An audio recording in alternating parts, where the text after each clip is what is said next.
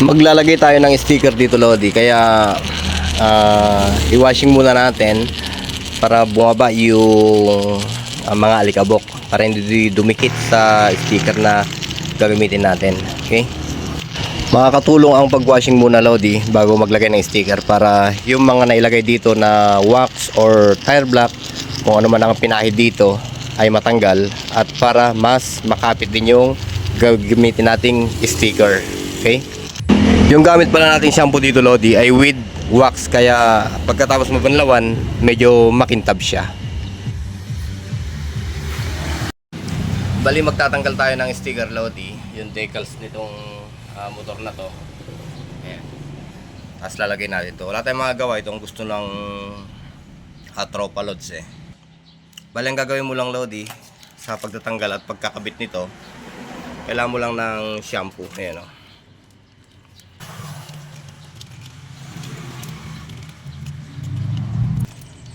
Kahit anong klaseng shampoo, Lodi, huwag lang sabon, kasi yung sabon ay nakakatanggal ng sticky yun.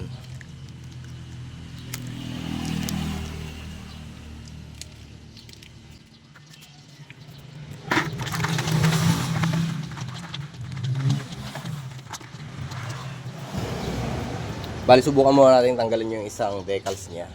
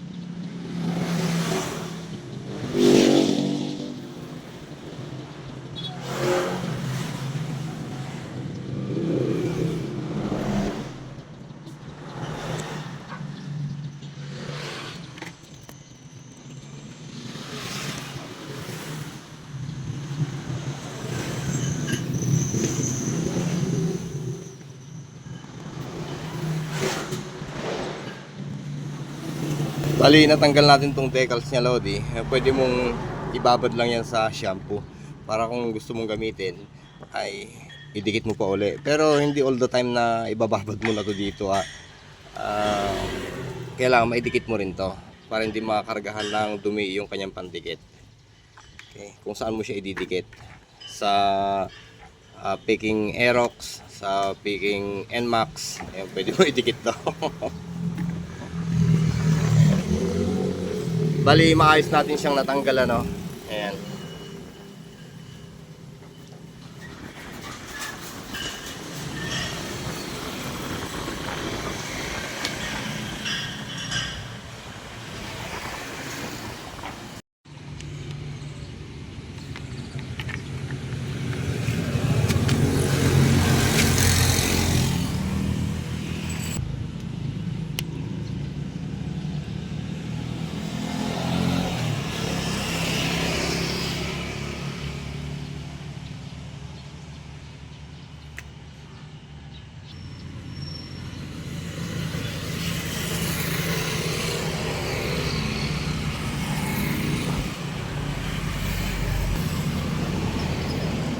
Lodi, bakit kailangan natin ng shampoo para dito sa pagdidikit ng additional sticker sa mga motor natin?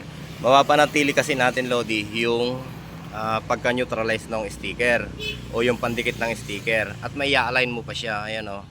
Ayan.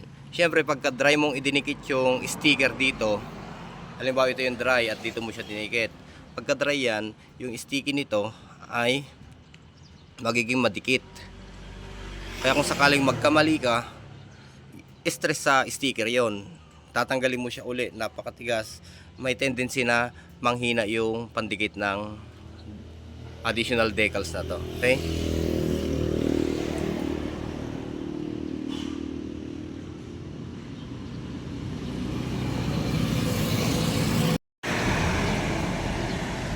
Bali, ito na yung kinabit natin, Lods, na sticker niya, ano. Ayan.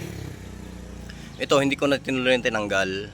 Ito rin, sayang eh. Ito rin, hindi ko na itinuloy na tinanggal. Ayan. Ito lang talaga sa harapan. Kasi sayang eh.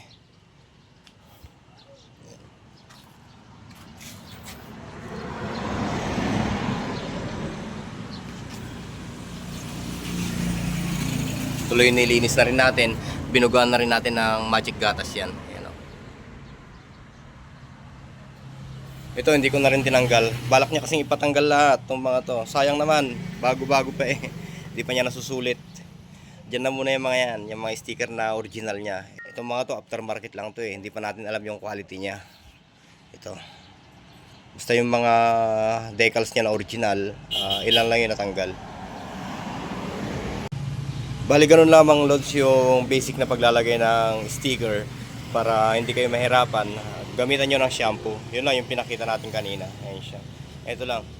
Lagay natin yan. Tsaka ito. Ito hindi na natin pinakialaman to. Yan. Hindi natin kinargaan kasi masosobaran na siya eh. Over sticker na yan.